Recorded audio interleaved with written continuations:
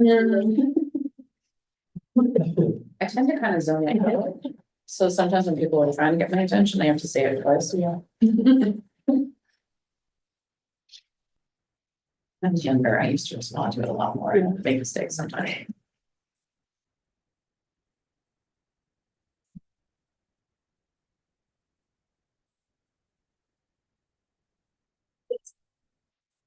But I know it's really easy with that.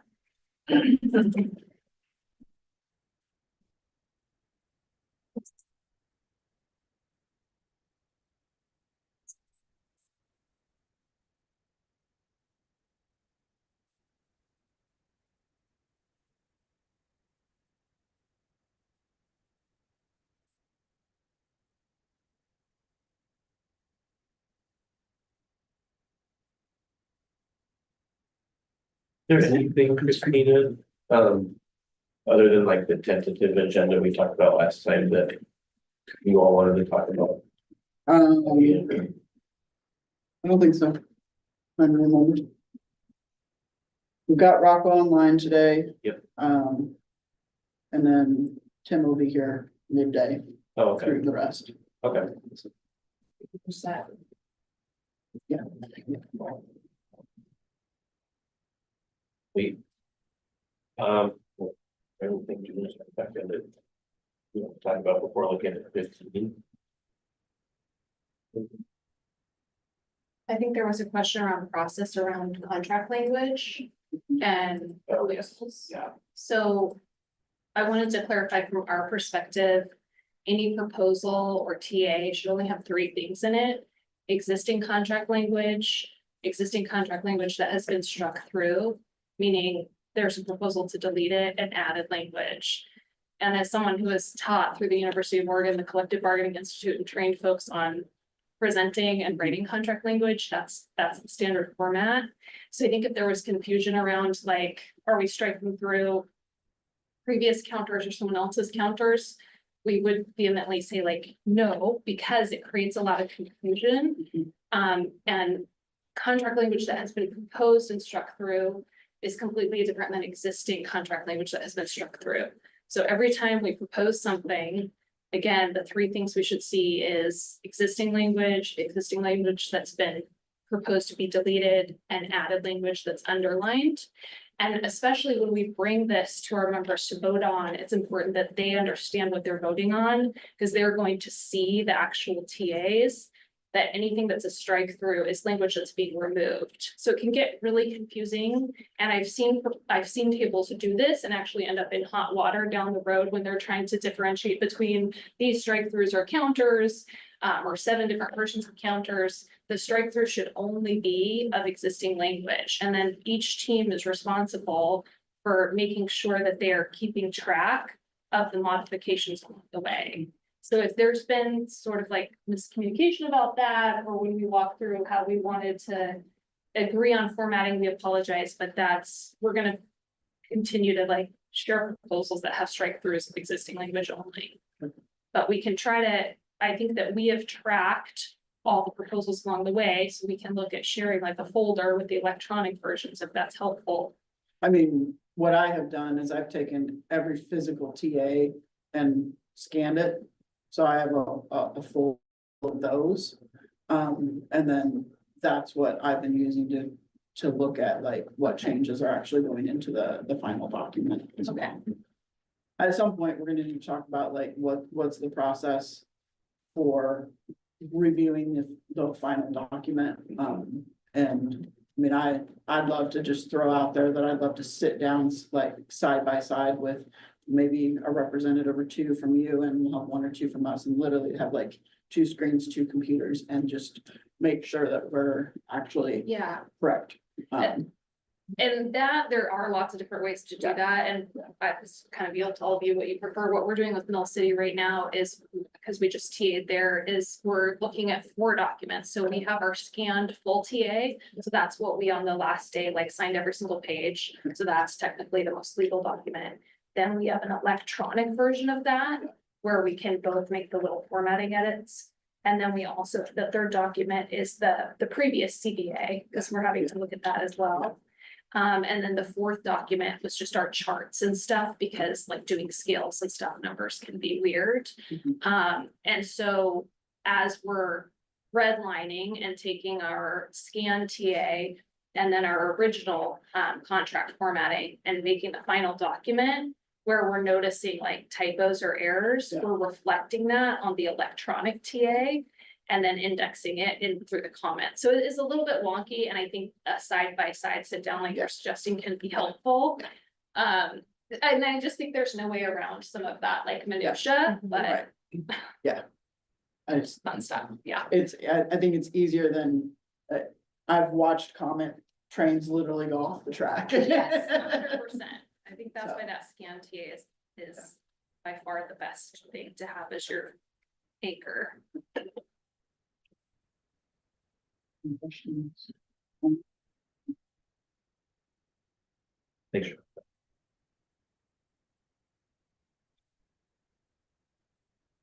Well, I guess, do we wanna like take a look at the placement section of 15 together, if that's kind of what we were at, or I guess, was there anything like with standing outside of that that needed to be discussed first? We had in our counter, there was a piece in hiring that, I think we need a little bit more processing. But yeah. For us, aside from that, okay, no, and I imagine we would hear from that, management from that too. oh, okay, Yeah. Right, like this piece, oh, right, yeah.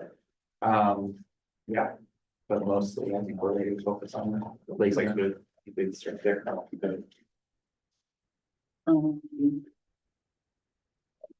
Just a second, I'm trying to be able to share some things electronically with you, but we'll also do on the screen.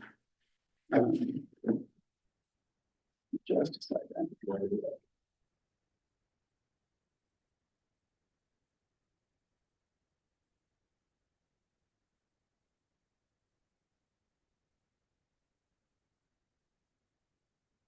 And I want to confirm, we're good with like 9 to 10:30-ish for doing this and then running through the mileage scenarios. those were kind of the two things we were talking about, yeah, like, and if we need break, like you kind of like you were saying last time. One thing for us is, Rocco's gonna have to step out for a period of time at noon. And so we just wanna make sure that, we kind of hold ourselves to the drafting time for the first part so that we have plenty of time to do the mileage, cause he's the one that's done a lot of the work around the mileage Mhm. scenarios. So I just wanna make sure we don't run out of time with him. And we had said drafting from like 10:30 to noon, right? And it's Yeah. having about an Yeah. hour Yeah. back, okay. Yeah. Yeah, we had that on our tentative schedule, if you will. Um.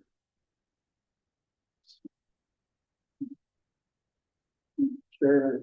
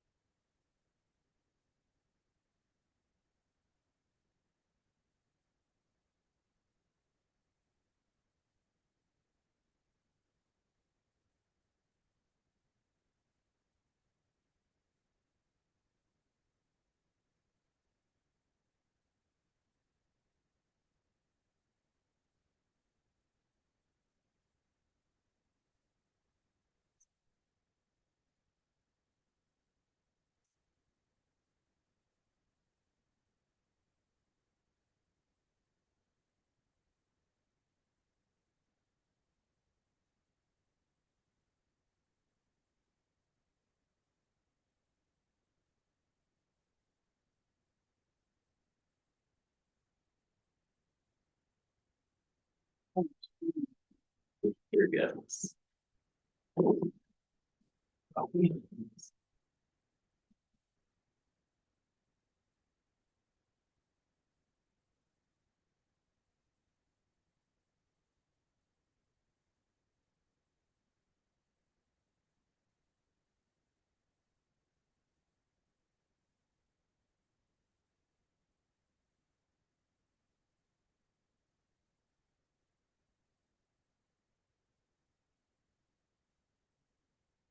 So I'm sending a drafting document, so I'm taking the placement section out of the actual article itself and just, so we have a document that just allows us to play together, in that, and then for Article 16, for the mileage stuff, we just have two documents that we want to be able to share with you for informational purposes when we get to that, so I'm putting them all in one email together. Sending that now. So we didn't make paper copies of those things.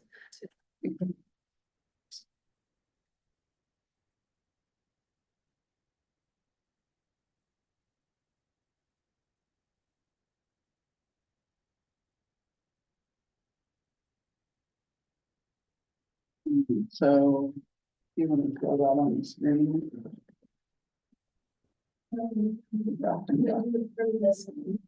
Uh, This is not my, oh, that's right, I need to log into this one too. yeah, So,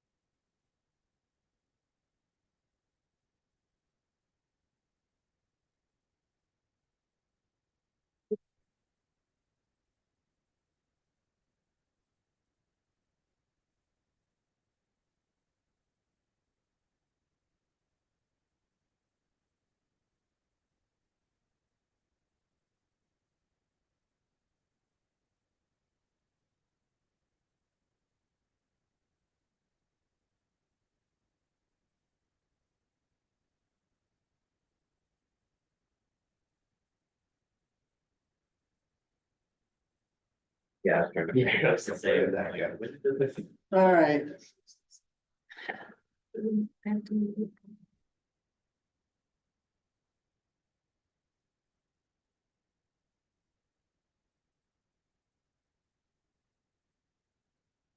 Your actual computer mic.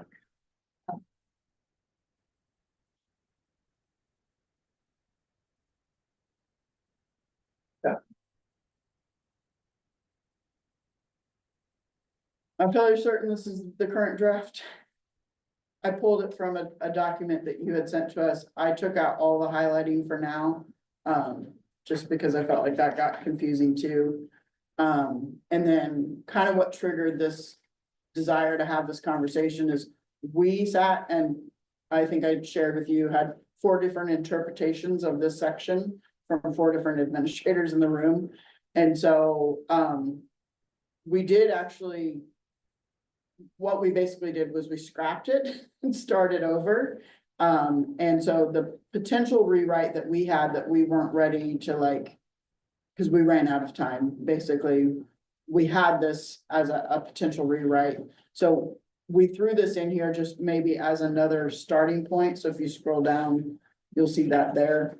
I think what would be helpful is to hear from your perspective, what would the process look like? What are the desired aspects of the process that all of you are looking for in this? Like, what are the key steps that you would want to see happen? That might help us then also see if we've captured some of that in this rewrite, or if there's other pieces to it that we just have missed.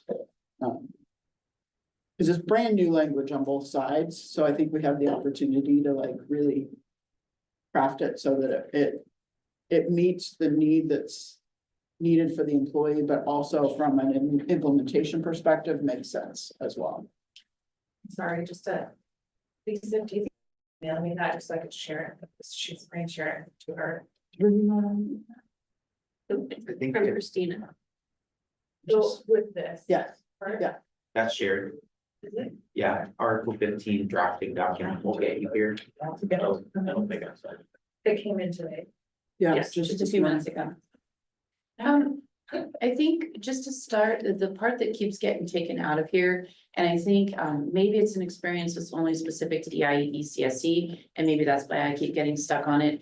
Is it seems like what typically happens or sometimes happens is before you get to the point where you're notifying the employee that they have been chosen for the change in placement.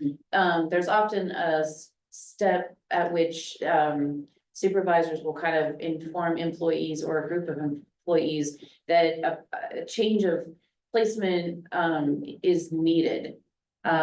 Because, you know, this person left or that person's changing what they're doing and so there's more of kind of like an open discussion at that point where people can ask questions, ask for clarifications, ask what that would entail. And then not that the supervisor can't then make the decision that they want to make. But typically there's this opportunity to provide input like, ooh, I would really love to be the person that gets to do that. And sometimes the supervisor wouldn't have even been thinking that that person would want to switch. But then that gives them the chance to be like, oh yeah, okay, that person's interested. Well, there, my problem's solved. Or, okay, well, if you're gonna do it, then who's gonna take your position? So I think the part that's missing is that there's usually this opportunity to kind of ask questions about it before you're chosen and notified. So that's why we had the part in there about having, you know, a few days to ask questions. But So in your experience, has that happened through an email? Has it happened through a staff meeting? it could be any or all of the above. It could be a chat, an email, a rumor, a supervisor coming directly to you. And or, you know, sometimes it's an employer going to the supervisor and saying, I want to switch, but often it, you know, and then it kind of goes the route like, oh, so-and-so wants to switch. Does anybody want to switch with them? And then there's, you know, that. So it's an employee initiated, but then it becomes an employer initiated, potentially. Yeah. Change in placement. So yeah, I would say it's through a variety of different routes, but that's just EIE CSE experience. So I don't know if others can speak to. Yeah, I think a similar experience where, like, last year I got asked to cover services at LPCT but I had quite a bit of heads up, you know, ahead of time. And credit to my supervisor for doing that for me, right? But yeah, I think similar thing where it'd just be nice to see that you have some warning that's probably coming up rather than dropped in your lap. And yeah, it's not even so much saying that people are getting those dropped in their lap, but this helps maybe prevent that from happening. And I guess, yeah, we acknowledge that the nature of assignments changes if people quit mid-year or districts have somebody quit and then we get brought in to cover it. And so, yeah. But I think it helps also in terms of finding people that are going to be, are going to better receive this change of placement, which is in the interest of the ESD. To have somebody moving to a position that they're not like, what? And I think it helps with that again, you know, sometimes I think supervisors can be surprised by someone who is like, hasn't even really been thinking about it, and they're like, oh, this position's open, and they're like, you know.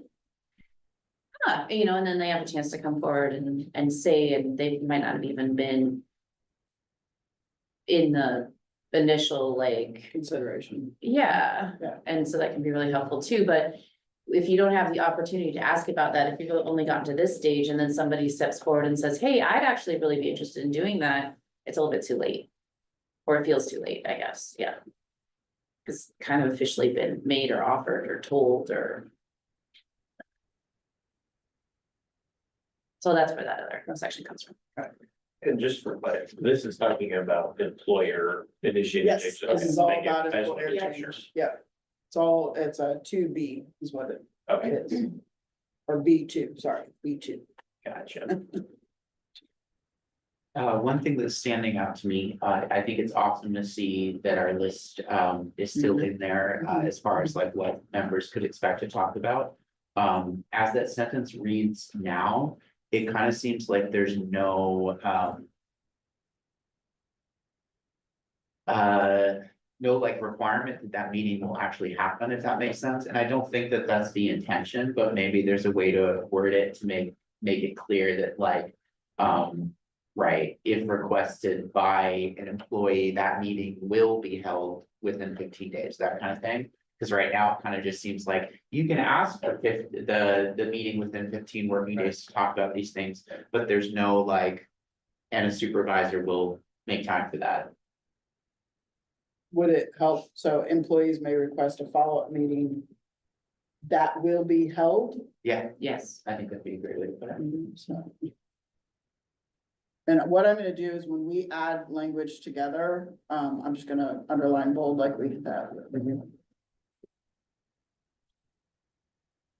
Cause again, I wanna also reiterate that like any changes, like when we kind of finish our process with this, we'll still go to caucus and just give Yeah. both sides time to say, yep, we like this. So before we jump too far into the, let's go back to this first piece of like. Need to move that back.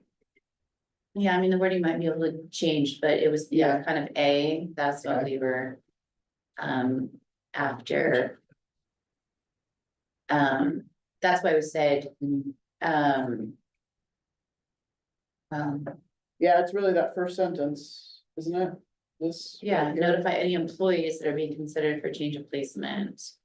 Yeah, and then I think, I don't know that it necessarily needs to be in writing, but the idea was then those employees would have an opportunity to ask questions. So it doesn't necessarily have to be like a formal meeting, but the part about supervisors will provide an opportunity for the employee, it could be employees, to discuss the change within 10 working days of the notification. I mean, again, the working days part was more about being proactive on our allowing the supervisor to go ahead with things as quickly as possible versus necessarily on the employee's part, but Could say the administrator will communicate with and consider qualified staff. So that there's that communication piece that's added in there. Say that louder, Sorry. The administrator will communicate with and consider qualified staff, or will consider qualified staff and communicate with, or instead of notify. instead of notify, communicate, because that makes it look like we're just considering who might be qualified and go Yeah. kind of notify you that we're gonna move you, right? So Yeah, I think that, I mean, I don't know how others feel, but tentatively, I moved to Yale, so my allergy is crazy right now. so we would. I'm just gonna highlight this one right now, we add that and then get rid of the word notify. Is that what I'm hearing? Yeah.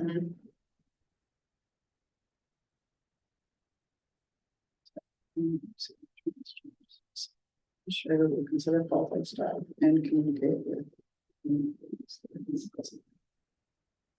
so then maybe in the next sentence, it has to say the supervisor will notify the So, selected isn't the right word, but Whose placement is being changed. Something like that. To make it clear, right? yeah, right, yeah. That is the That- step of. That's the next step, yeah. so I would also suggest, because we have them kind of chunked out here in A, B. Like that would become step, that would be B. Yeah,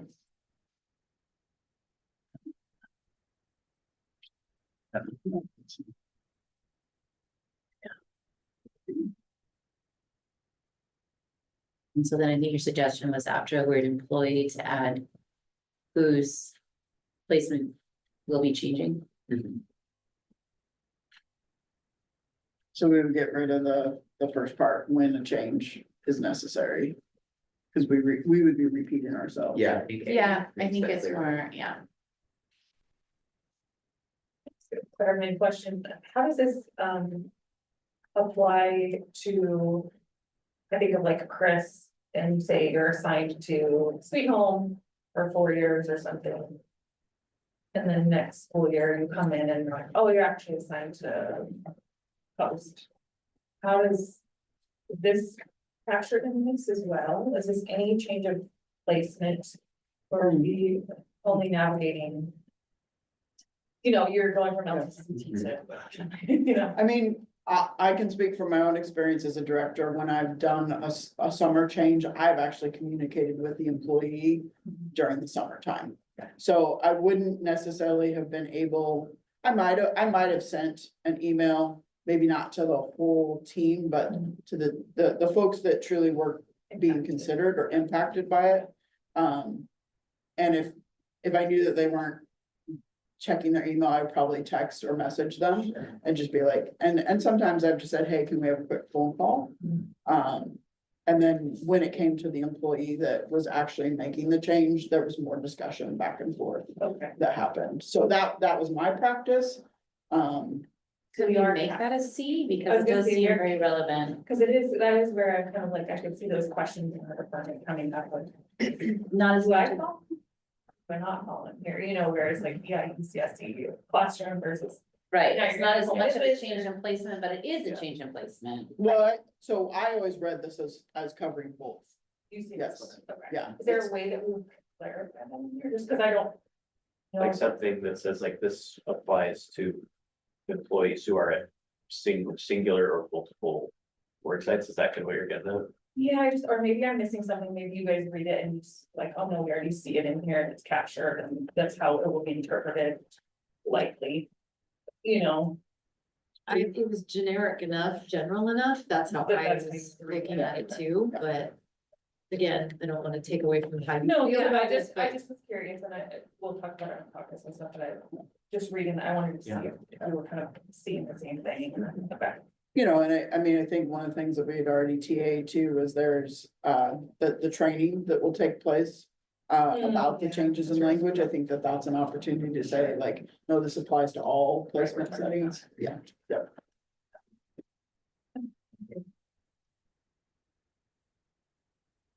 So what did you add? I missed. I added, oh, whose placement is changed.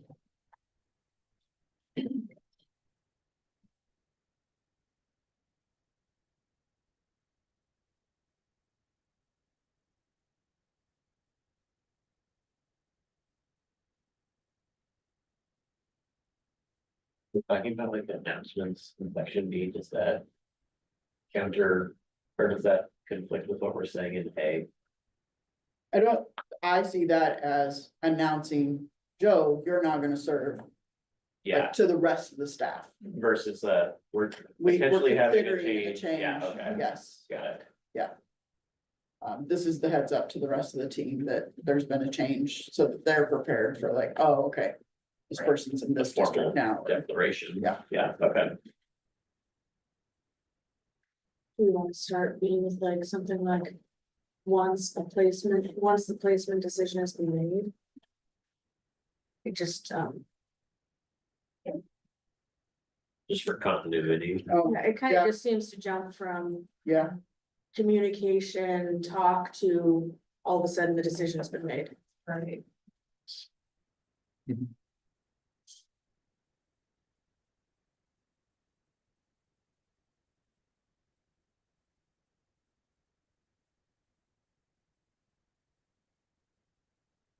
the rest of the sentence still makes sense. Yes.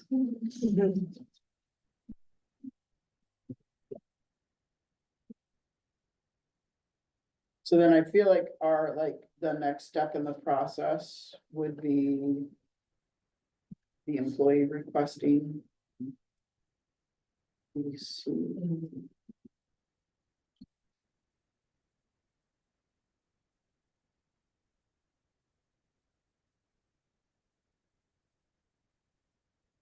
What's that last sentence that we can't see now?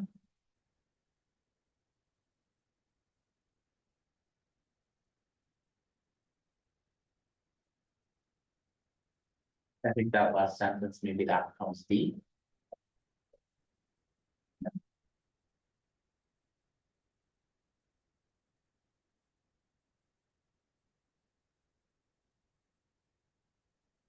saying there that if you got moved to another classroom because somebody quit, that could happen like the next day, if it absolutely had to. Yeah. Cause you know, what we don't wanna run into is, depending on the, I mean, so I'll just use somebody that's doing evaluations. Or is there some sort of IEP timeline, like, and that's, you know, you kind of talked about coverage versus change of placement. That is a little bit of I mean, we have definitely done coverage changes that weren't permanent. Or, you know, nothing's permanent in our agency, everybody's. That's what's tricky changing. about it, Yeah. yeah. Are you talking about if someone goes on leave? Yeah, or like they have emergency, they have to be out for 3 weeks, you know, we've done some sort of coverage plan. That doesn't necessarily mean that the person's changing placement. Yeah, right. That is a good distinction, yeah, that's not reflecting a permanent No, shift. yeah.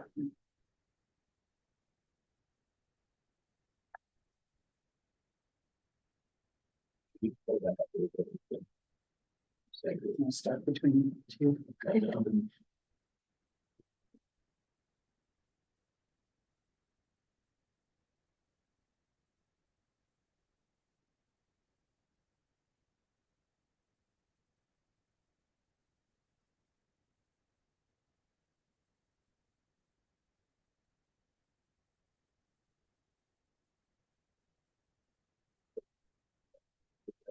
This makes it easier to follow the steps, I think.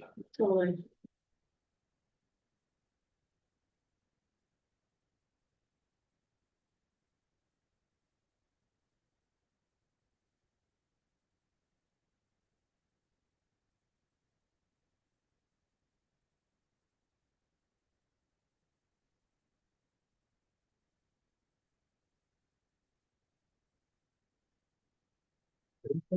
Statement that we had, and maybe I'm just not reading it right now, but we had, I think, previously proposed something around employees who. Oh, no, that's the employee initiated. Yeah, Never mind. indicated, yep. No problem.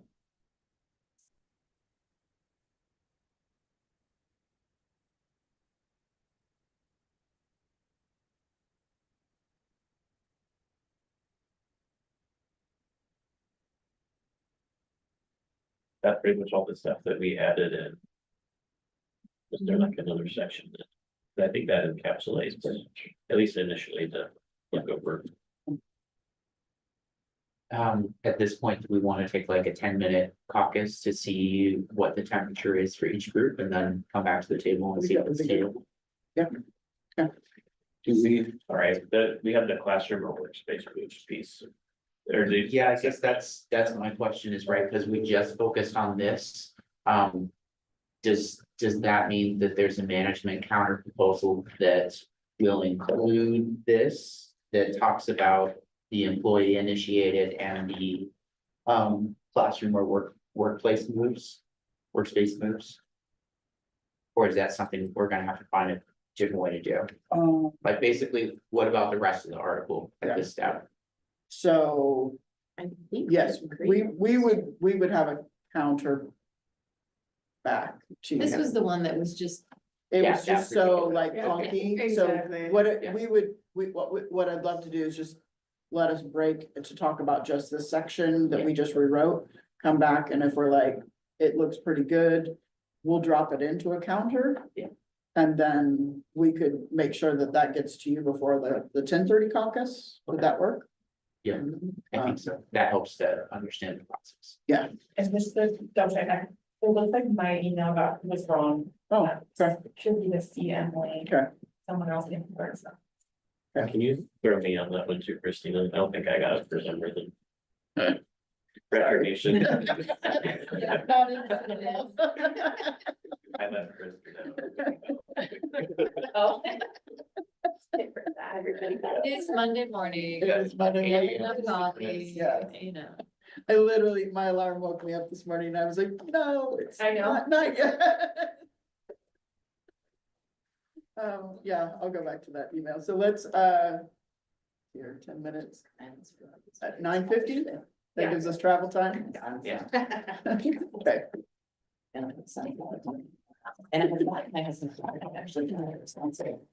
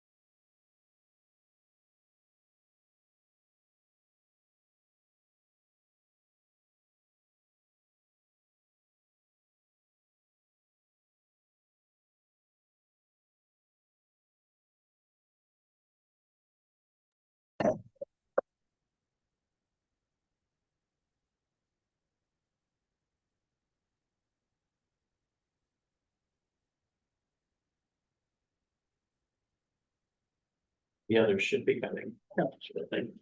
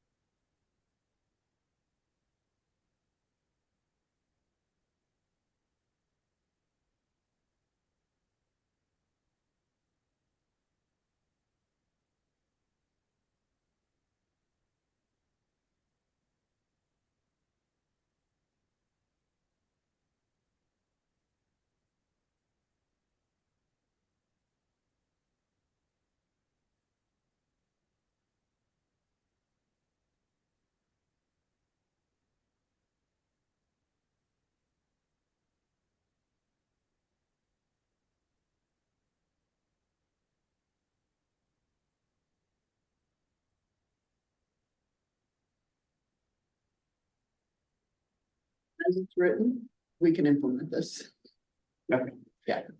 As it's written, that particular part of this Yes. article, our team sees as TAable. Okay. Obviously, there's more of that article. So, I was prepared, so I went back, because we had done, the rest of the article with just, one other small change, so, what I could do is I can send that to you, we've got this dropped in there. I was ready to edit it just in case, so I didn't make the copies yet, but I could give you a counter to it before we go to caucus. Yes. If that works for everybody. So I'll work on that while I hand some stuff off to Rocco about if we're ready to do the mileage activity. Does that work? I did wanna say something about the mileage first, because it. So we've been focused a lot on talking about mileage in terms of home base and mileage reimbursement. I wanted to make clear there was another mileage commute related topic that we had raised. And it has to do with driving within or outside of work time. And so we've kind of surveyed members. And one of the things, and I only had one particular perspective because of what I know about EIECSE. We have home visitors and community consultants and evaluators and, people that go back and forth between the. For the most part, except in rare instances, driving of any distance, longer than like 10 miles or, however long it would take you to get to your work site, wherever, is within work time. So if somebody is doing home visits in the Canyon or Scio or Alsea or wherever, they wouldn't have to be there at 8 AM. They would drive on work time. We have, and it sounds like where some of the confusion or difficulty or also, sorry, if we have a training on the coast or over here, the training starts at 9, the training ends at 3. So that you do not have to travel outside of work time. It's not an expected thing. But for people who are working in districts, that's where we wanted some clarification. So like right now, for example, if they're assigned to a district from 8 to 4, are they expected to be in the district and starting work at 8? Or is that So anyway, that's what we're trying to get at, is that, the differing expectations between whether or not you have to drive 45 minutes on your own time or drive 45 minutes on work time. I guess the larger question too would be for employees that are regularly in for like a full day in a district. What is the district's understanding of that placement? Like, do they purchase 8 to 4? Do they purchase some vague idea of like getting the work done and the hours are variable? So we don't know those details. Yeah. Just So to that keep was in mind. for that. one aspect of what we're trying to get after with mileage, and that's what we call commute time, which we understand is not the right term. It's something like driving on or off work hours or something could maybe be a better description. And I think that's of in that. 6. It is Yeah. in 6, That- and I that think part's in 6. it might still belong in 6 because it doesn't. I mean, it's financial, but it's not the same as the mileage that got moved to the other area. But I just wanted to bring that up before we started talking about the other mileage, because it's mileage, but it's a very different aspect of mileage. It has more to do with, It's about time. it's about time. Yeah. Yeah, which is related, but Yeah. not directly related. So I see where, and that's why it was commute time and then the adjusted schedule are together. So I can see where clarifying, Calling it something else, but maybe clarifying. not leaving it its own section, but actually making sure it's included somehow in that adjusted schedule component of Well, the 6. adjusted schedule component comes in with the fact that like IEPs often occur at 3 or 3:30, right? Yeah. So you're gonna be working past, and if you're attending an IEP in the Canyon or Alsea, you're gonna be working late, so then you would adjust your schedule. Yeah. But if you're, other than that particular instance, then it's kind of its own section. Like what I was saying, you know, EIDCSE, that's already kind of like part of the expectation, but maybe not written down anywhere. But with other departments, it's not, and there might need to be some clarity. And if it is written out more, then maybe it would be easier to explain it to districts as well. If that becomes an aspect of it, so I think there might be some merit to keeping it separate as well. Rocco, do you wanna start? I hear the conversations around those. I just want to make sure we don't conflate those two concepts here for now. So if we can kind of park that one for a minute and focus on the mileage thing and see if we can come a couple steps closer on the mileage first, I think would be helpful. Acknowledging that the other. I Yes, think, that's why I just wanted to bring up, there's two Yep, topics. Yep, and I just want to make sure we have these set in our minds as separate and distinct things to talk about here. So where I want to start out is on the allowable mileage summary. So what I've done here, there's a lot of stuff under allowable mileage, and it's all IRS stuff, which is in a bunch of different publications, and there is case law that backs this up as well, and other various things for guidance. So this is just to help us understand the kind of core principles that we're looking at. There's more stuff underneath it, but I don't want to flood a 50-page document on this stuff. So breaking it down into the relative sections here, the first one is just the principle that commuting mileage is not reimbursable. And so they're going to say between your home and your regular place of work is personal commuting. It's not deductible, which means we can't reimburse it. It has to be taxable, anything that's done. Number 2 on there, travel to a temporary work site can be reimbursable. And so that's essentially what we're doing, which is where you have more than one work location on there, travel between the sites is reimbursable. As well as travel to temporary things that is outside of your normal location. If you're assigned there for a while, that gets to be reimbursable as well. Number 3 is the commuting offset rule. So this is the case where if you're going to a site that's 30 miles away and your normal home base is 10 miles away, you may only be reimbursed for the difference between the two. So only the 20 miles, not the full 30. Number 4, this is business travel between work sites is reimbursable. So that's one we know and we practice. And then 5 is the IRS tests for the principal place of business. So for here, I'm kind of focusing in on how you can or cannot define your home as your regular place of business. And it's essentially, there are a bunch of tests you have to pass in order to do it. And the IRS guideline for your principal place of business is where you spend your majority of time. There are a couple of other tests that are underneath it, but the one of primary most importance is where you spend your most time. It would be secondary to things like how much income do you earn while you're in either spot. And then final one on here is temporary versus indefinite assignments. And this says essentially, when do you switch what a primary place of business is? So when you are assigned to a place where it would be reasonably expected that you would be at that as your primary location for 1 year or more, that becomes your primary location for reimbursable expenses.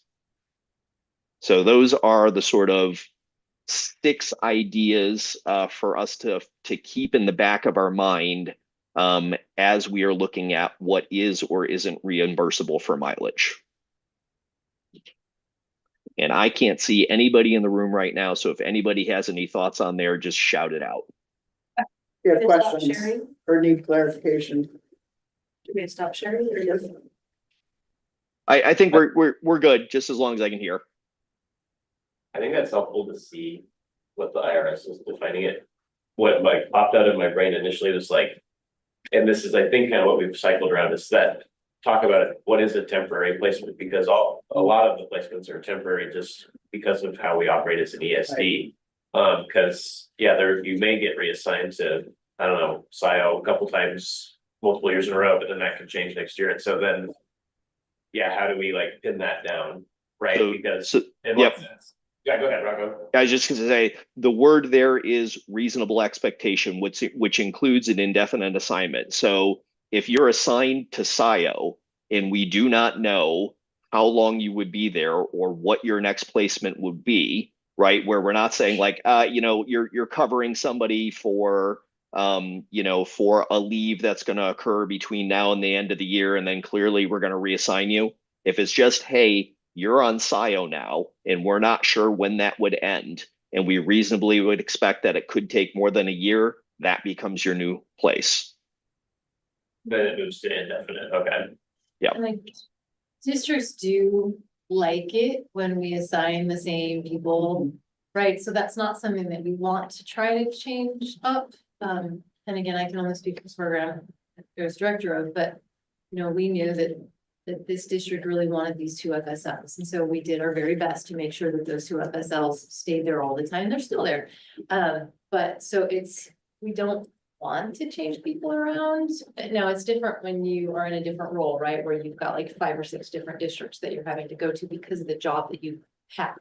But for people who can stay for longer term, we will want them to stay longer term because the district's like that. Okay, so with those things in mind, Lisa, if you could please pull up the Rocco, we got another question. oh, sorry. Yep. So my question is, if you do actually have a place that is definite, right, that you will remain at, like this ESD building for part of your work, so you can have 2 main places? No, so it is, you get one principal place of business, and that's defined as the place where you spend the majority of your time. But what if there's no majority? If there's no majority, then it is a central location to your travel patterns. Which could you give me an example of that? Sure. So if you are assigned to, let's see, Lebanon and Sweet Home, we might look and say, okay, well, a midpoint between the two is a reasonable location. Or we might look and say like, you're a little bit more dominantly in Lebanon, or where the schools are located, it looks like one of the Lebanon buildings makes more sense than one of the Sweet Home buildings. But we can't say, okay, well, then your central location is in Santiam Canyon. Okay, what if one of the buildings was the ESD? Still can't. So let's keep those in mind. We have a couple of scenarios there, and I want to make sure we're looking at them on a map so that we all have a visual depiction of what's here. So we've got two travel patterns that we're going to take a look at, or rather sort of two layouts, because I think they're a little bit easier to conceive of. So when we're talking about the scenarios that we're going to do, and I invite you to ask any question of which one we want to contemplate, let's either think of the travel pattern that we're looking at on travel pattern 1 here, or on the next page, the sort of travel pattern 2, and it's just kind of reversing the positions of where home and main building would be, just to give us a concept of what's close, what's far away, and then we can talk about where you spend the majority of your time. So I believe in the case that you were just speaking of, I think travel pattern 2 might be a little bit more what you're conceiving of. So in terms of your question, can you give me school A, school B, where I spend my time and where we would like to assign prime location to?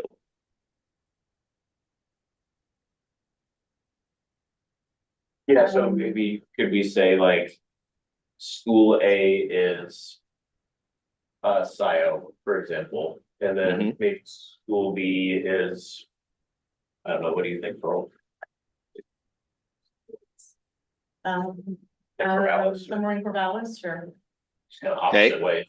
Yep. And then LBL main building is where main building is. Yeah.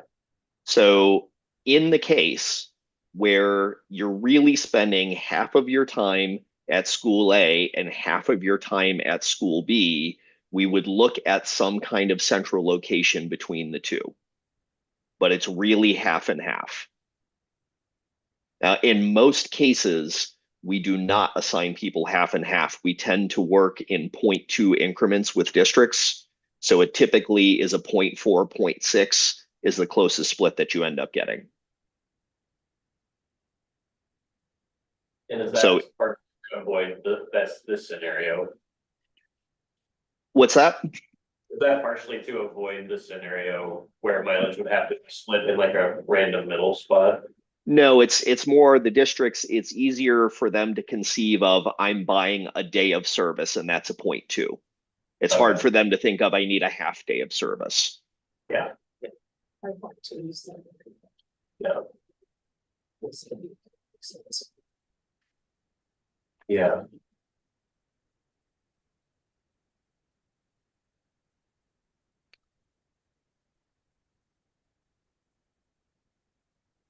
Yeah, I think at the bottom of it too, that's where it's tricky, because you do like, you make the decision to like work, and you know LBL is a mobile workforce, but then it still kind of leaves you with that at the bottom where it's like, oh yeah, my coworker that I share a desk with sometimes at the ESD, like they happen to get 3 days this year, and so now their commute is much longer, and even though we work for the same building, I think it just kind of bottoms out where it's like one person in your department is getting a much bigger mileage reimbursement and the other person is not.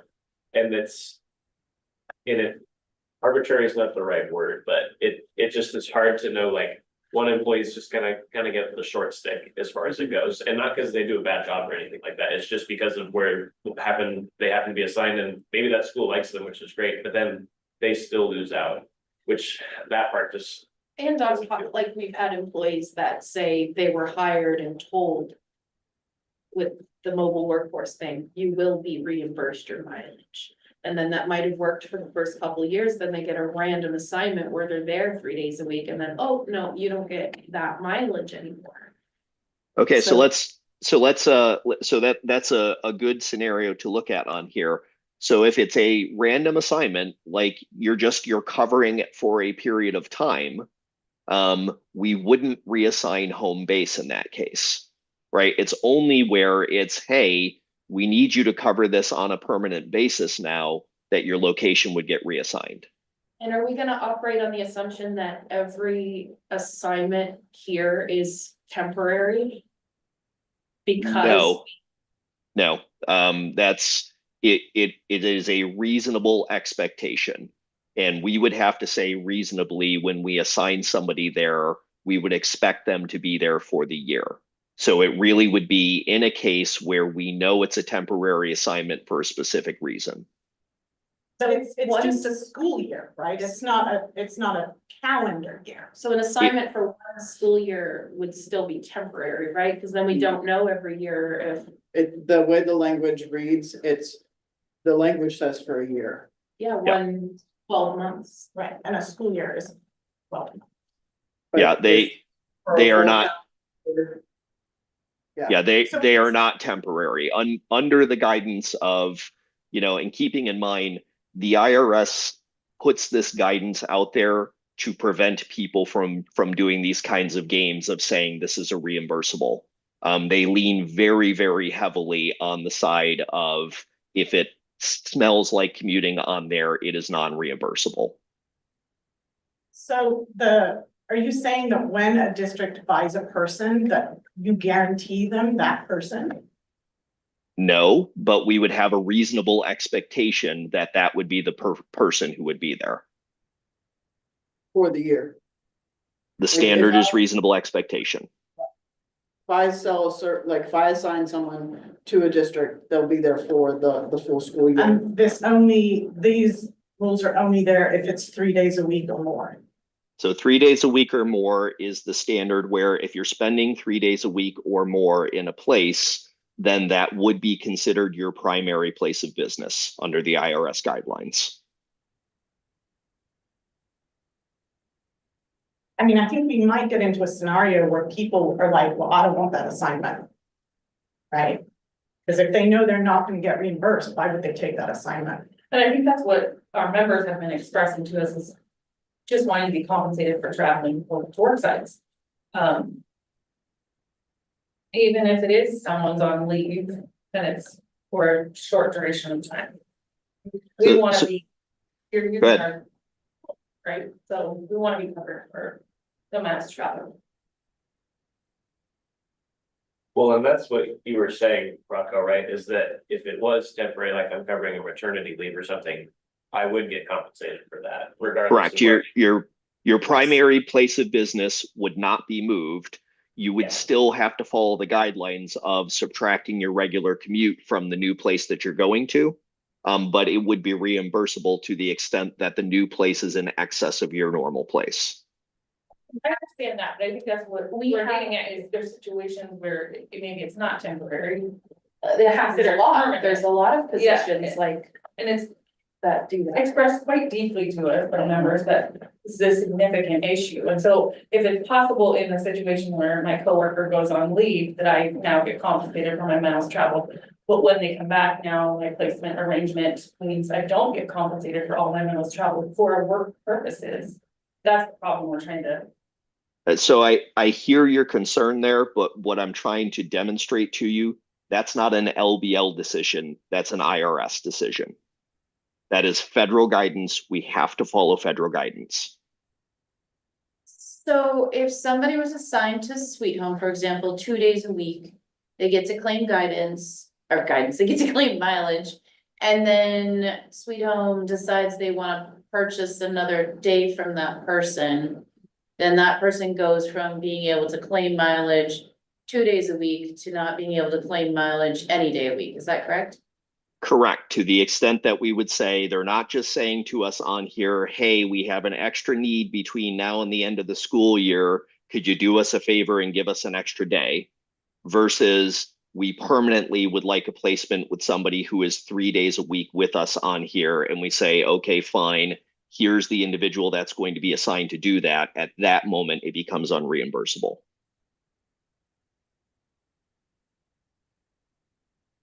But if they said it was just temporary, then it wouldn't. It would be reimbursable still. It's reasonable expectation. And I really got to hammer on those words. It doesn't matter if we put a document down that says, hey, this is only temporary on there. The employer can't define away the IRS guidelines. If somebody looks from the outside, if they audit our practice on here and say, what did you do in this situation? The fact that we said, well, we defined it as temporary on there doesn't pass muster. Same way as, well, we kind of chose this building over here because it was more convenient for us. No, where was the actual place that we showed up 3 days a week? So I have a question about like when districts are signing these contracts, are they multi-year contracts or are they just a year? Okay. So it is kind of actually reasonable that you would be like, well, we don't know. I mean, that's what you have been telling us too. It's like, we don't know if these districts are gonna keep buying these services, right? It's not, because our actual practice is that most people are on the assignment for more than a year. Were it the case that everybody gets reassigned to a new place at the beginning of the next year, we might be able to make the claim that it is a temporary assignment. But our actual experience is that when somebody is assigned to a district, they continue with it for multiple years. And it's the same person until something in the system forces us to move that. So Rocco, can you hold for a second? Amy's Yep. got, So we understand the frustration, like that, like totally get where you're coming from on that, and we're trying to navigate IRS guidelines and making sure we're following the rules and making sure that, you know, we're not screwing over the people that have to drive a long ways. This is part of the reason we brought up the stipend idea. We thought that was a way to kind of get to be compliant with the IRS guidelines, but also compensate those people who have that are placed in schools rather than LBL buildings. And so, you know, the LBL gives you your placement, you don't choose a placement. And for people who are placed further out, we understand you are using your own car, you are paying for the gas, you are driving those extra miles. We thought that was a way to go about it where we can make sure that you're compensated, but we're also being careful to follow the federal guidelines and not, you know, do anything that would get us in trouble. But we do understand the frustration that, you know, you're placed somewhere that's far away from your home and you are driving your car and it's, you know, some people are placed closer to their home, some people are placed way out because that's just I mean, we have 3 counties and so there's some further commutes there, not commutes, there's some further drives there. Just making sure I'm being consistent since the commute is not reimbursable, but we understand that, you know, there's a big variation in how much you have to drive. And so for the people who are placed at some of those further out areas, we wanted to recognize, yes, that's a hardship for you and we want you to get compensated for that. So that's the spirit of how we came up with the stipend is like those people that are placed further out in the boonies, so to speak. Or yeah, like people that don't live in Lincoln County that are driving to Lincoln County, that's a fairly significant stipend. So that's the spirit of the stipend is we wanted to make sure that both we're legally compliant, but we understand the hardship put on you and we want to find a way to mediate that legally. So when you were talking about that, Amy, that was kind of making me think, and I don't have the original stipend set in my mind, but would it, because I wonder if that a consideration would need to be made too, if like some employees are in the districts 5 days a week. Like, and some are there 3 or 4, so like there's some variance within, like even if that's your home base. Like, I wonder if that would be something that we'd want changed for employees, because like if you were going to Alsea 5 days a week versus 3, it would make sense that like your stipend's slightly higher, right? If you're going the whole time and you're taking that on versus if you're going just the 3. And I don't know if there's like a way to calculate that out, but that just kind of popped into my head. Even step back and just look at the temporary bit again, it just feels like we talk in other sections about how this job you can be taken and put somewhere else at any moment. So it is a temporary, like, they're not set in stone. We don't get our assignments until, like, I don't know where I'm gonna be next year. I probably won't get it until the last week of August. Like, my job every year to me is temporary. I don't know where I'll be. And then to have the mileage thing now saying these are permanent or like indefinite, it just, they're at odds with each other, and it's hard to take this on one hand and be okay with it, while we're being told in other areas, oh no, it's definitely temporary, you can be moved at any given moment, you know? I think that like reasonable expectation, there actually isn't that. Especially when I'm in a district and I'm asked, oh, are you coming back next year? Like, the expectation is Never, never, I'm yes. coming back. The expectation is, I don't know. So I think that, you know, I would just argue with that particular. And part of it. I think what we were trying to do a little bit here was to show how complex this actually is Yeah. as it is currently implemented. And the stipend truly was our new way of looking at this, new way to compensate and provide a benefit that's more equitable across the agency for those types of situations. And so we just would love for you to go back to that original language that we prepared about the stipend. Look at it from the lens of like, our current situation is very difficult, very complex, and it is causing stress for members. It causes, mileage is my least favorite thing to deal with, as an administrator. Your admin assistants feel the same way, like it's just, nobody likes it, okay?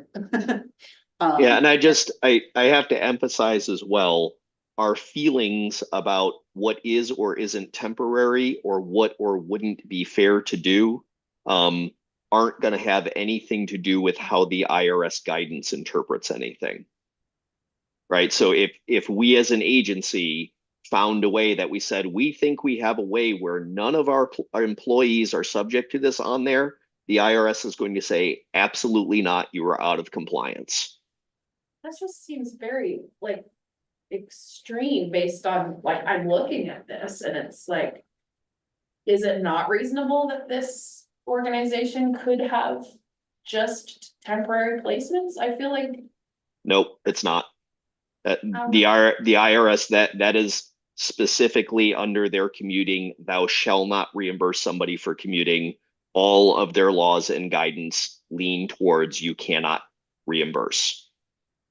And as an agency, we can't put ourselves in a place where we believe we are knowingly out of compliance with IRS guidelines. Can I ask a clarifying question, Rocco? Sure. So, the whole home base idea, is this based on the IRS, where you do the majority of your work? Yes, Okay, the IRS primary test they use for your primary business location is the amount of time spent. Okay, cause I had just sort of personally struggled with the, you know, the person who only goes there 2 days a week gets to claim it, but the person who goes 3 or more. And so I guess I'm starting to understand the reason we have that is because of the IRS rather than a decision we made. But that's something we were also trying to address with the mileage stipend too, is like. Just that, you know, that's not really very equitable, totally understand, like, yeah, we totally get that. That doesn't make a whole lot of sense, that somebody who's going way out 2 days a week can claim mileage, but somebody who's going 3 or more does. So I was just getting clarification that that is based on the IRS's guidelines and not ours, and so that's why we have it in there, because we have to work around it, because it's the IRS. But I just wanted to say, like, that's part of like the stipend also helps with that, like it treats it more evenly across the board. Yeah, once we get to stipend, that's no longer an IRS commute land on there because it's taxable and that's all they care. Once it becomes taxable on there, it's no different to them whether it was part of your base salary or it's part of a stipend on there. It's all stuff that's reported on your W-2 and you have to pay taxes on it. That's what they're after. The other piece with the stipend too is, it still allows you, once you're at your district, if you travel between places or you travel. So say one district is your home base, but you have a second district, it still allows you to claim mileage from that district to the other district. So there is still the reimbursement aspect, it just becomes encapsulated within the workday. And then the mileage stipend addresses the concern around how everybody is placed, and provides for some compensation on that, through the legal IRS rules. And I don't want it to sound like we're not acknowledging this, like, I think we all know this and understand this and recognize this as a complex issue. I think it's maybe an interpretation thing, or yeah, it's complicated. It really is. It's a complicated problem to solve and it's hard to do. And it's clarification about you have two places, two distances apart, so you come up with the central location. Is that an actual location or an arbitrary place on the map that's in the middle? So if we were to do something like that, we would make it adhere to a place of business that has gone to. So we would likely look and say, well, we will pick this school building here that looks like it is central to the work travel pattern. And I just have to emphasize how unbelievably rare it is at the agency for anybody to run in the scenario. We don't tend to have people that do true 50-50 splits. Because the school is purchased in 0.2 increments, because 0.2 is a day of the week. But that works nicely for us because it means that more often than not, if you're split, you're at a 0.4 here and a 0.6, like it's hard to split it so that it would be a 0.5. Which it works for us because then we don't end up in this situation that often, because it is weird and to pick a random third spot, but it sounds like it's rare, so that is good. Yeah. Everyone's schedules too are never gonna be neat, like you've got people that are assigned 0.6 to a random district, and then they do their other 0.2 here. Traveling and also traveling everywhere else, and some days of that 0.6 isn't spent at that site. They're coming here instead. So like week to week it changes. It's just. It does, but the IRS's guideline is that's fine. So if you're going to the LBL main site, you can be reimbursed for it, but only to the extent that your trip there is in excess of the normal commute to your primary location. So in the case that the LBL building is closer than what your primary location would be, you can't be reimbursed for going to LBL. If it's 20 miles, but your normal trip to your normal place of business is 15, you're only allowed to be reimbursed for 5 miles. Rocco, I have a question. So on the travel temporary work site, may be reimbursable. When the IRS comes to look at what the ESD has done, for example, on mileage, what are they asking for justification for how you defined temporary or not? Like, because that's what I'm trying to get at is. They're in the case here, they're going to actually be looking for, did you game the system? So did you figure out a way to reimburse somebody for something that looks like commuting beyond what their expectation is, that you have a central location, that's where you're reporting to, and you only get to be reimbursed in the excess periods. And again, because our practices here show that the majority of people, when they're assigned at a place, tend to continue that assignment, they would say, if you didn't have an expectation as to why this one specifically is temporary, where the other ones in your agencies weren't, it's not going to pass the test. I would argue just on the other side of, as an employee, and I'm not speaking for everyone, but from folks I've heard that I work with, if you were to ask, do you consider your site temporary? Yes, because it's been communicated to us by management that at any time we can change your placement as needed. So that's where it doesn't quite make sense. So it's going to be a difference in the way that temporary is being defined. So there's temporary as we might think about it from our own personal standpoint. and there's temporary as it is specifically defined in IRS code. So they're not going to be the same definition, even though we're going to use the same word. I'm not talking about feelings, and I feel like that's what you're. No, and I don't mean to say, I don't mean to say like just feelings on here, but we can't think of it outside of a different definition of temporary other than what is going to be issued by the IRS. And again, as an agency, we are super sensitive. We have to be compliant with the law in there, so we're going to follow this to the degree that we say this is how the IRS expects us to do it, which is why we're going to kind of come back to, we would like to address this issue, but we're really not going to be able to address it by doing different definitions of what's your primary case and which miles does LBL want to be able to reimburse you for. Once we cross that barrier, it has to be taxable income. I think we've reached our 10:30 office time, so I think we'll take that.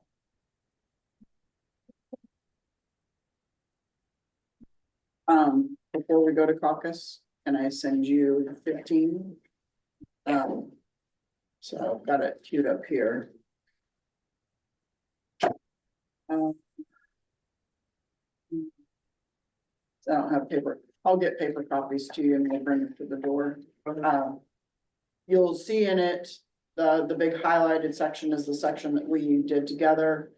Back up in the very beginning of it, you had added back the language, hang on, I'm scrolling to it, around LVL will prioritize hiring permanent regular licensed employees as defined. Oh, sorry, that was, we did a little edit there. To again, tie it back to Article 1 and the definitions there. So you'll see a slight change in how we just reworded some things and shortened it to tie it directly to the definition in Article 1. So that's the only other change that we have in that in our counter to you, and I'll get paper copies to it. So we just wanted it to be consistent with what we had in one, and then also when it like. We've used the term like contract house, but when we say contract, it can get confusing because technically all the employees employed by LBL have contracts. So we're trying to avoid that language in there just to be clear, so. There's another example of where one word gets used 3 different ways.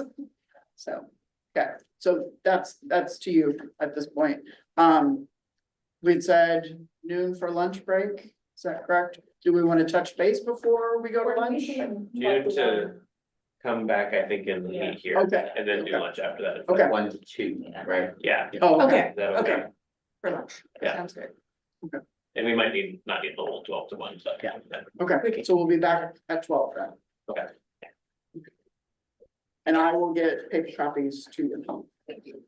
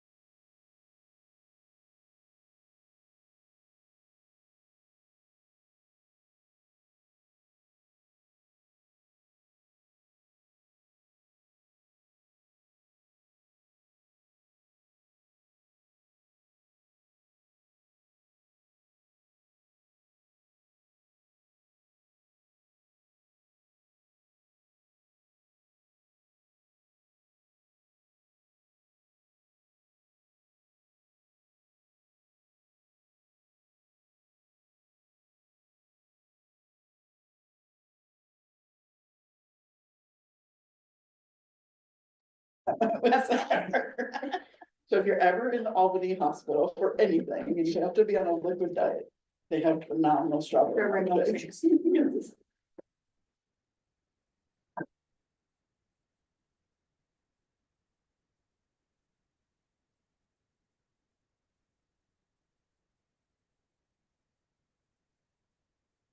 Today. A lot of, yeah, and a lot of staring at two things that are similar but slightly different. That's the worst.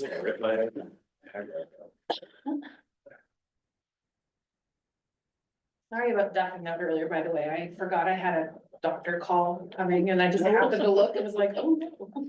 No worries. And then it turns out they had no power anyway, so I never actually.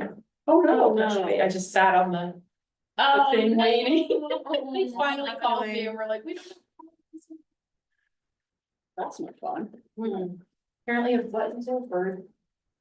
We Well, go to that's as well, Transformers.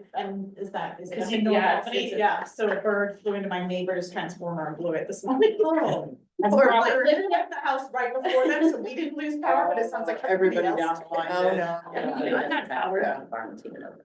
I was thinking about, I didn't make that connection. Or is it? I don't know. Maybe the. Oh, yeah, maybe, well, they just posted saying. road. Well, I had a double breakfast, so I think that's the only reason I had, because I had cereal at home and I've done it here, so. 34 minutes. Oh, good. That's a good situation.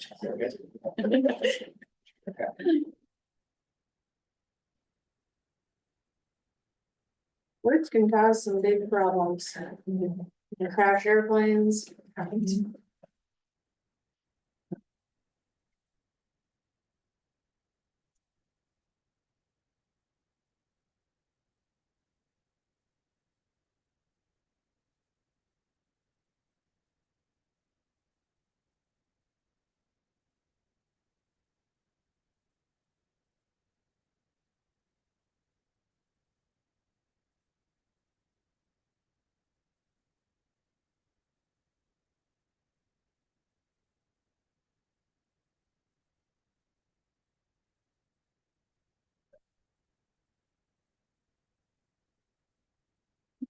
All right.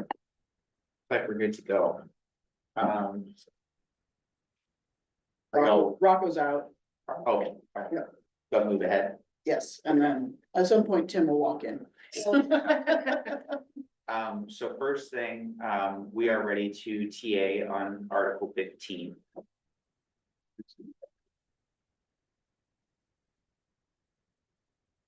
Do we need a second copy? I can go grab. Yeah, so if someone else has their copy, I can send it. Yeah.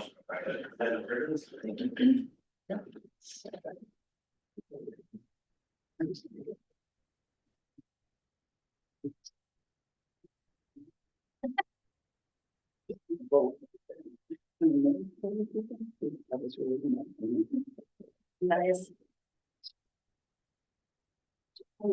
Tim's gonna be talking. Yeah, it's fine. Yeah.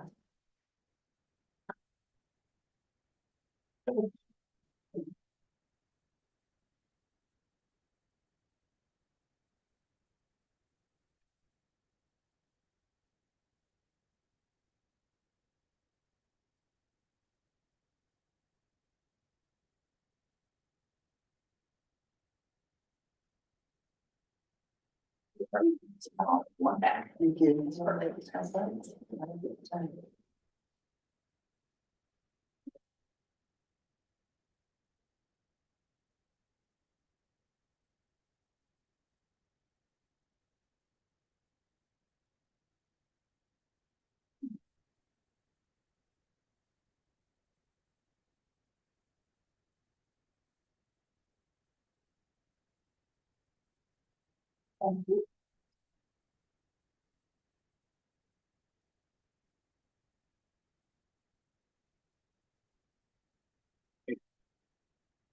Okay, and then the second thing we have is that we have a counter for Article 6.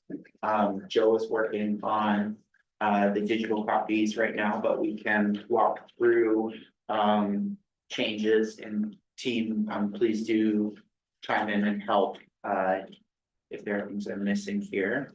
So let's kind of go start.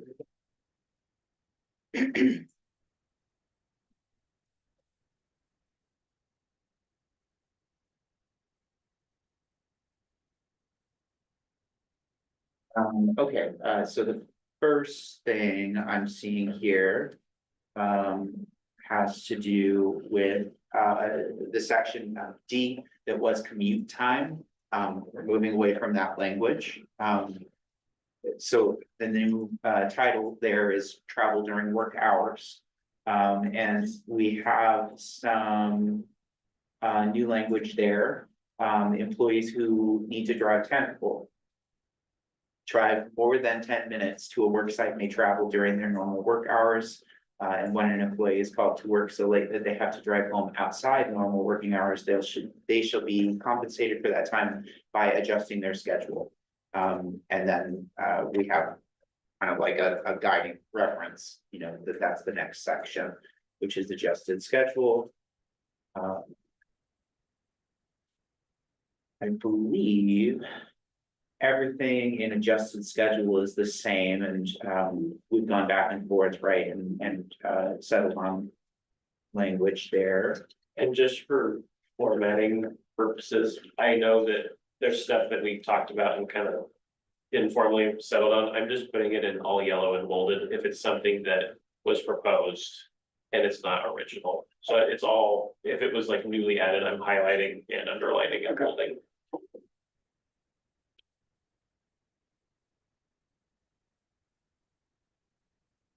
Nothing new in closure conditions. And then section F, that was titled caseload limits based on 1.0 FTE. We are now proposing the title workload management. And you'll see a few things in this section. But to begin, I want to highlight that the changes that we're making here are intended to detach these changes and these guidances from any sort of economic impact. We have modified a chart that we presented previously. And obviously in conversation, we have been back and forth about like what a caseload is, that kind of thing. So there are pieces of that will probably need to continue to be explored, but our hope is that this chart could be another way to help members communicate with LBL and with their supervisors about those instances where workload becomes unmanageable. So you'll see the caseload numbers in there that we're using to guide these conversations.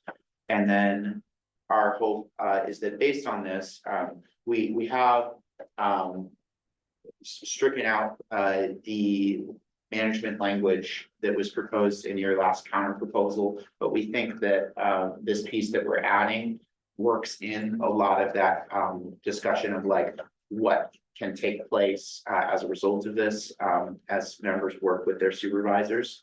So some of the changes there. In the event the thresholds listed in the chart above are exceeded, members may request a meeting and resolution from supervisors and our administration, which may include things like more equitable balancing of workload, compensation for work completed outside contract hours, consideration of modifying service schedule and or levels, additional staff support, schedule adjustment, or other options as agreed upon between the member and the supervisor.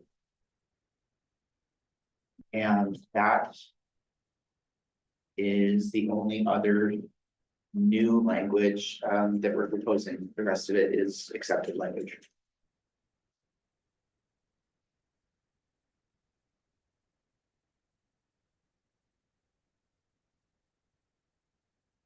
For the rest of the whole article, or just that section? Yeah, for the rest of that article. So does that mean acceptance of the MOU as it's written? Yes. Okay. Yes. Well, Oh. You mean this? Yes, yes. I would say we are interested in exploring the MOU, but yeah, maybe we need to revisit this and double check. Yeah, good No worries. clarification. No worries.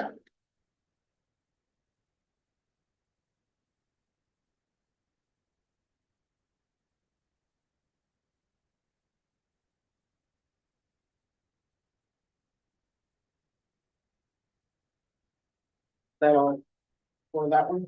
Yes, Okay, yeah. we have Article 17. Yep.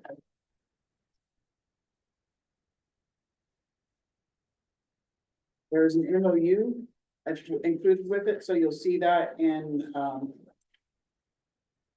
the links, there's links for both things in the email, and hopefully I picked up everyone properly this time.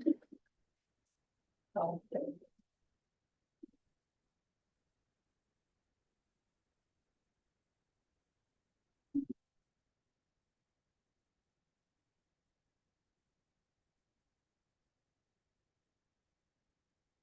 So you see from, the cap, we, restated our financial proposal on that.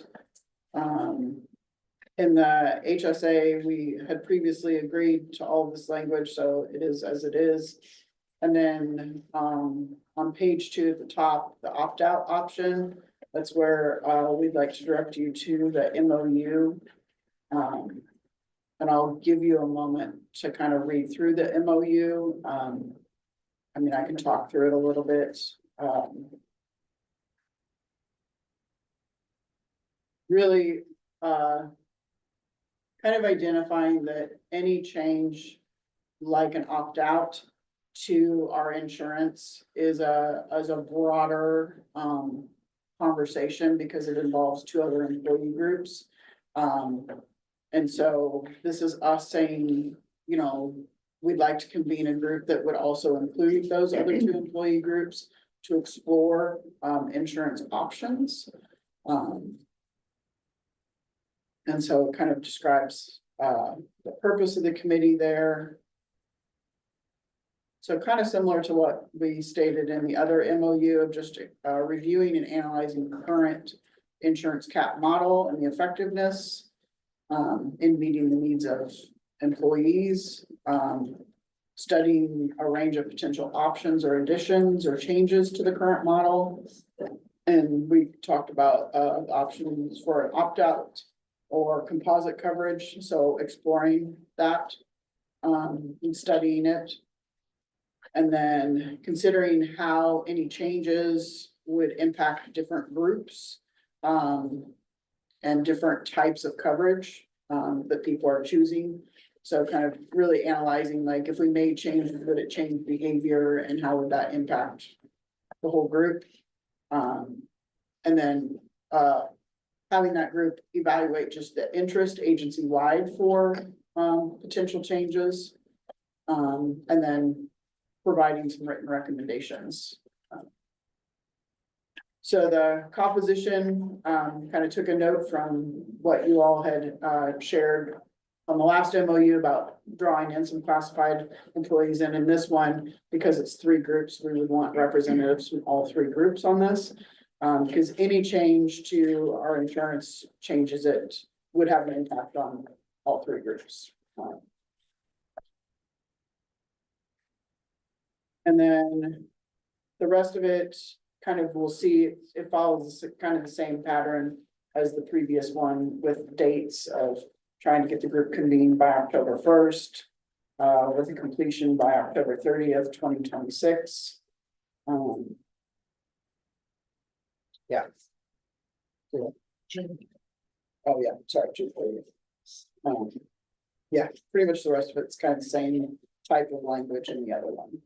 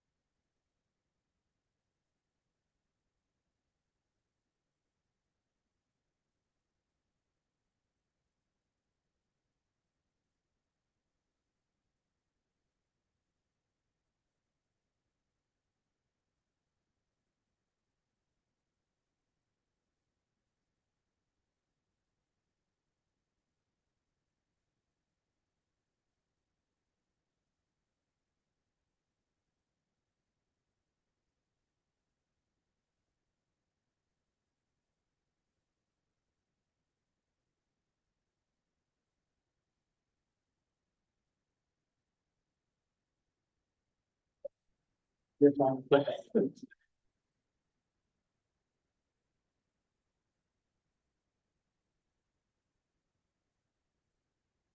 And then Article 16, we kind of wanted to see if there was any additional feedback or thoughts from you all about if you had a chance to debrief a little bit about the scenarios, because that does sit with us right now, so we didn't necessarily want to counter before hearing more. But we would be ready to counter that after lunch or break or whatever our schedule looks like this afternoon. We just wanted to know if there's more that you wanted to add in discussion. I think if we took like a quick 15-minute caucus, we could come back before we break for lunch and could either kind of like illuminate where we are wanting to go with things or talk about next steps. Does that sound okay? Yeah. Okay, so back at 12:35.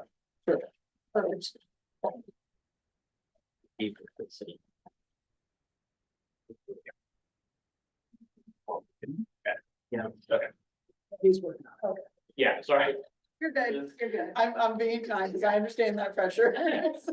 Okay, I'm just gonna copy the one to share with you guys.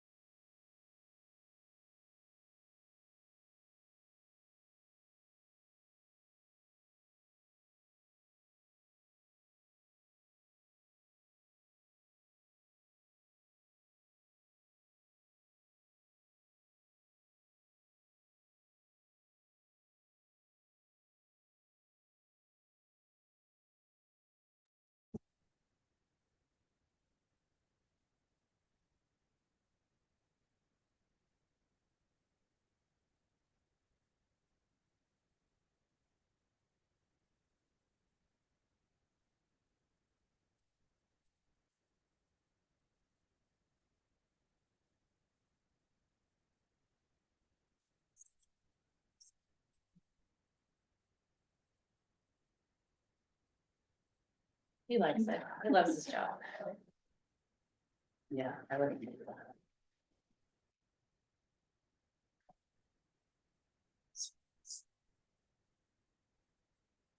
All right, so we talked over that question a little bit more, and we have two things to share. First, thank you for giving us this proposal, and you can expect a counter proposal at the same time as we would respond to your counter on salary. As far as the mileage stuff, I think we want to see your proposal first, and then we'll respond to it all as a package.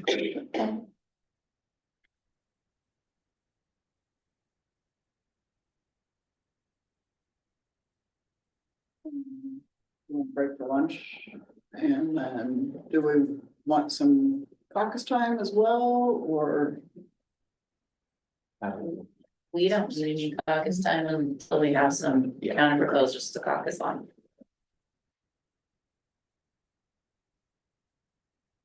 So so you're wanting to see 6 and 16 before you'll come back on 17.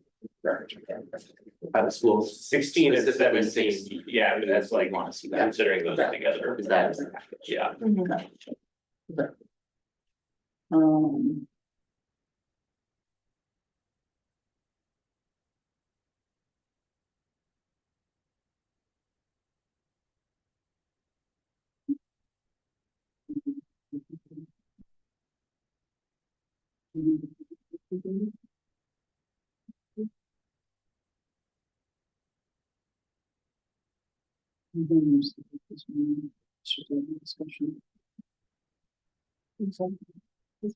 We're gonna shoot for 2:30.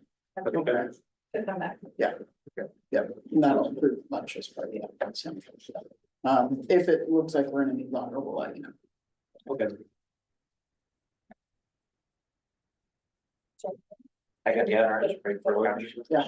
Lunch and. Hopefully the sausage place is still See you open. Mondays. Oh, Mondays. sorry, Jones. Yeah. I was gonna try to go to that. Yeah. We're gonna-